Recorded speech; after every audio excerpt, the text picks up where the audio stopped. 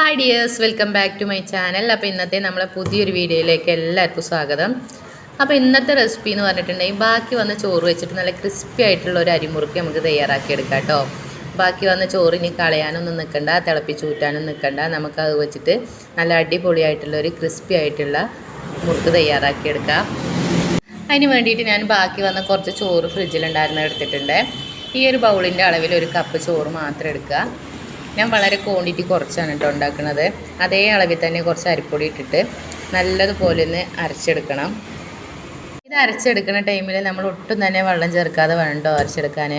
അഥവാ ഇനി അത് അരഞ്ഞു വരുന്നില്ല എന്നുണ്ടെങ്കിൽ കുറച്ച് മാത്രം വെള്ളം ചേർത്ത് കൊടുക്കുക.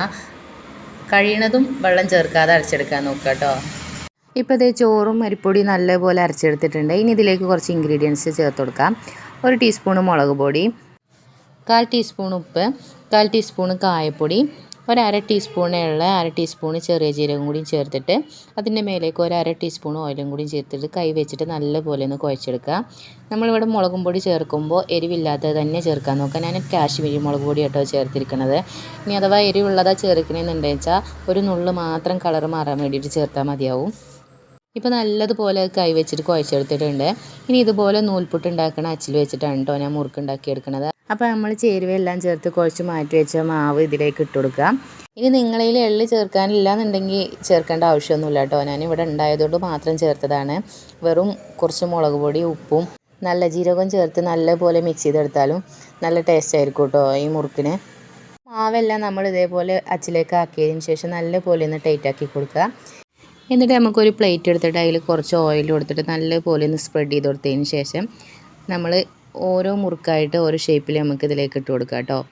ഇതുപോലെ വേണിച്ചാൽ നിങ്ങൾക്ക് ഷേപ്പാക്കി എടുക്കാം. ഇനി ഇതുപോലെ നിങ്ങൾക്ക് അഥവാ കറക്കി എടുക്കാൻ പറ്റുന്നില്ല എന്നുണ്ടെങ്കിൽ നമുക്ക് ഇത് നീളത്തിൽ ഇതേപോലെ പിഴിഞ്ഞ് കൊടുത്തതിന് ശേഷം മാവ് ഇതേപോലെ പിഴിഞ്ഞ് കൊടുത്തതിന് ശേഷം നമുക്ക് ഇതേ റൗണ്ടിൽ നമുക്ക് ഇത് കൈ വെച്ചിട്ട് ഇതേപോലെ കറക്കിയെടുക്കാം കേട്ടോ. അതല്ല എന്നുണ്ടെങ്കിൽ നമുക്ക് ഡയറക്റ്റായിട്ട് തന്നെ ചൂടായ എണ്ണയിലേക്ക് ഇത് ഇതേപോലെ നമുക്ക് ഷേപ്പാക്കിയിട്ട് ഇട്ട് കൊടുക്കാം. ഞാൻ കുഴച്ചെടുത്ത മാവ് ഇവിടെ ഒരു പ്രാവശ്യം മാത്രം ആച്ചിലേക്ക് ഇട്ട് കൊടുക്കാനുള്ള ഉണ്ടായിരുന്നുള്ളൂ കേട്ടോ. അപ്പോൾ അതേ മാവെല്ലാം മുറുക്കിൻ്റെ ഷേപ്പ് രൂപത്തിലാക്കി എടുത്തിട്ടുണ്ട്. ഇനി നമുക്കിത് ചൂടായ എണ്ണയിലേക്ക് ഇട്ട് കൊടുത്തിട്ട് തിരിച്ചും മറിച്ചും ഇട്ട് കൊടുത്തിട്ട് നല്ലപോലെ ഒന്ന് ഫ്രൈ ചെയ്തെടുക്കാം.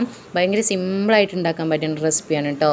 അപ്പോൾ നമ്മൾ ബാക്കി വന്ന് ചോറ് വെച്ച് എന്താ ഇനി കാട്ടാന്നൊക്കെ ചിന്തിക്കുന്ന ടൈമിൽ നമുക്ക് പെട്ടെന്ന് തന്നെ ഉണ്ടാക്കാൻ പറ്റിയെടുക്കാൻ പറ്റുന്ന ഒരു റെസിപ്പിയാണ്.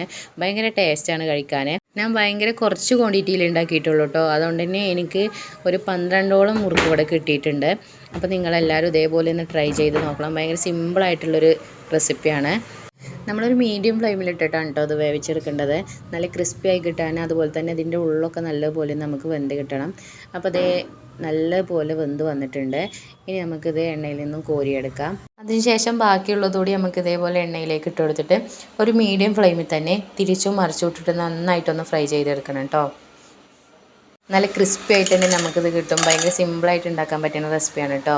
ഇനി അഥവാ നിങ്ങൾക്ക് ക്വാണ്ടിറ്റി കൂടുതലാണ് ഉണ്ടാക്കണമെന്നുണ്ടെങ്കിൽ എല്ലാ ഇൻഗ്രീഡിയൻസിൻ്റെ അളവ് കുറച്ച് കൂടുതൽ ചേർത്ത് കൊടുത്താൽ മതിയാവും. അപ്പോൾ ഞാനിതെല്ലാം ഇവിടെ ഫ്രൈ ചെയ്തെടുത്തിട്ടുണ്ട്. ഭയങ്കര സിമ്പിളായിട്ട് തന്നെ ഉണ്ടാക്കാൻ പറ്റണതാണ് കേട്ടോ. നിങ്ങളെല്ലാവരും ഒന്ന് ട്രൈ ചെയ്ത് നോക്കുക. ഒപ്പം തന്നെ നിങ്ങൾ ഈ കുഞ്ഞു ചാനൽ ആദ്യമായിട്ട് കാണണമെന്നുണ്ടെങ്കിൽ ഒന്ന് സബ്സ്ക്രൈബ് ചെയ്യുക, ലൈക്ക് ചെയ്യുക, ഷെയർ ചെയ്യുക. ഇതിൻ്റെ കൂടെ തന്നെ നിങ്ങൾ ഫീഡ്ബാക്ക് കൂടി ഒന്ന് അറിയിക്കണം കേട്ടോ. അപ്പോൾ ഇനി നല്ല അടിപൊളി ഒരു റെസിപ്പി ആയിട്ട് വരുന്നത് വരേക്കും ബായ്.